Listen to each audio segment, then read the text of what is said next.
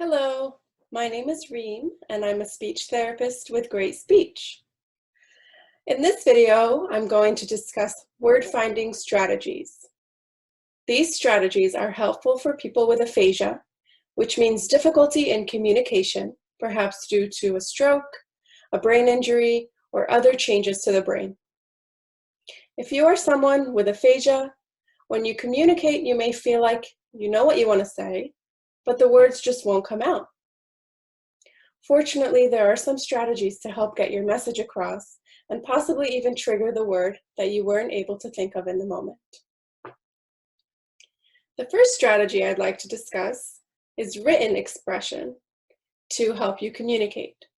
For some people with aphasia, speaking words may be more difficult than writing or even drawing them. For example, maybe you want to talk about the weather, but you're having trouble saying the word weather, but instead you might be able to write the word or even draw some weather imagery like a sun, rain, clouds to help get your message across. So I always recommend that having a paper and pencil handy when communicating with people with aphasia is very, very important.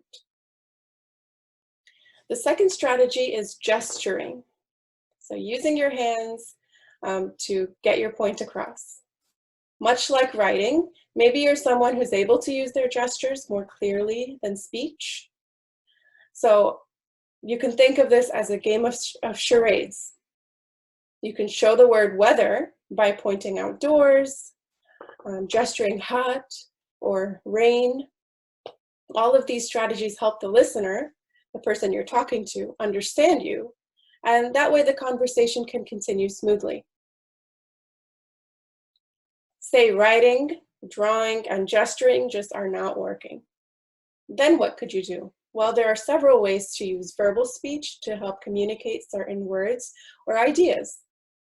One of these ways is thinking of a synonym or an antonym. So for example, imagine you're having trouble finding the word freezing. You want to tell somebody that it's freezing, but you can't quite get that word out. Instead, you can use a synonym or a similar word and say, it's cold. Or you can use an antonym or an opposite word and say, it's not hot. And that can help your listener understand that, well, it's not hot, it must be cold or freezing in your case.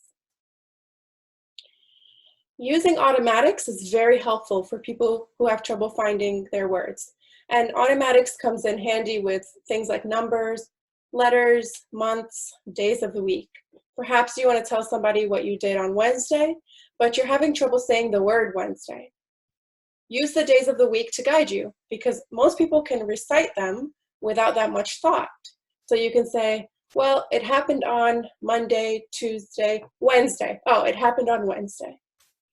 Or let's say you want to tell somebody you have 5 dogs and you can't get that number 5 out. So you can say, I have 1, 2, 3, 4, 5. I have 5 dogs.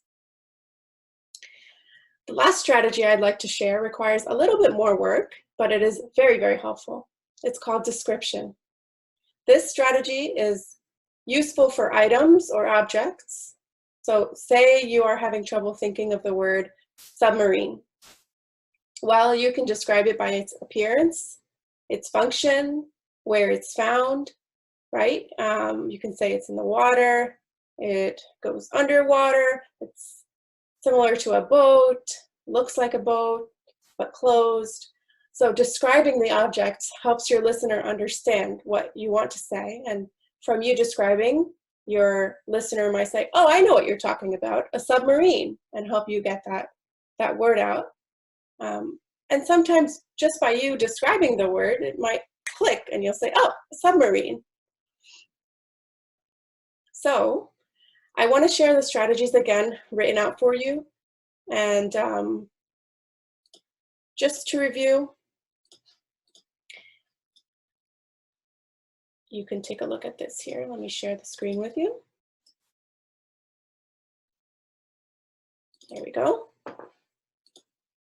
So taking a look at these again, if you're having trouble finding your words, You can try writing or drawing or gesturing.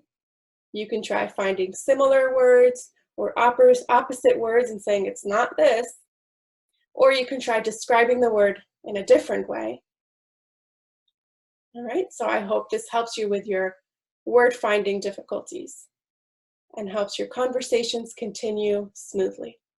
And I want to thank you for watching. I hope you find this video helpful and stay tuned for more. If you'd like more information, feel free to visit greatspeech.com. Bye-bye.